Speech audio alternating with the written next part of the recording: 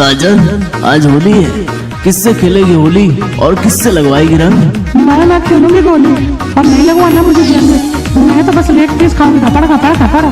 तो फिर तू घर जा, मेरे दोस्त आ रहे हैं। अरे छोड़ कमीने, छोड़ कुत्ते, सबको मैं दांत काट लूंगी सालों।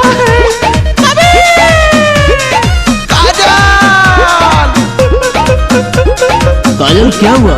तेरा ये हाल किसने किया? सुनो जानू तेरे जालिम है यार, बन गए हैं होली में हथियार। एक भी मिल गया ना, मैं कूट के सालों का कीमा बना दूंगी। सुनो जानू तेरे जालिम है यार, बन गए हैं होली में हथियार। भाभी कह के है फायदा उठाया। काजल, बस तू नाम बता। मेरे को क्या पता? मेरे मलिया के गलिया पर रंग साला कौन लगाया? मेरे मलिया के गलिया पे रंग साला कौन लगाया?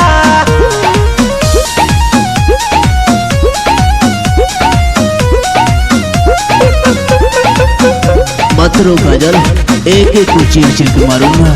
तू हराम के मेरे मुंह मत लगा, सब तेरे कमीने दोस्त थे। सालों ने रंग भी लगाया, चुन्नी भी ली। धन हाथ तहरे खाली तू ही लगावो ना, लेवो तनई खिदे दे पूरा गौवा के। ऐसन यार लोग से दूर रखी हमरा के, साफ कहा तानी रौरा से।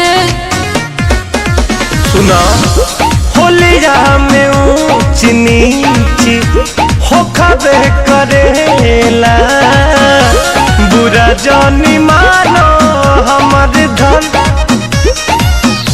फगुआ के मतलब इहे नु होला, अतना खराब नागी हो बसन। पाला किया बॉडी मुझे छछनाया। चेहरा तो याद होगा काजल। मेरे को क्या पता कौन सा मेहरा था? मेरे मलिया के गलिया पे रंग साला कौन लगाया?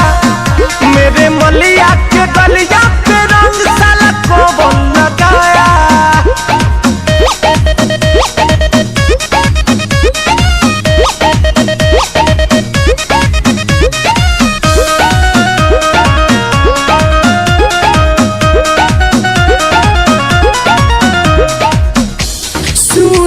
रितेश रंगवा आशीष अखिलेश के, जहाँ तहाँ कैले बायलर जी हो।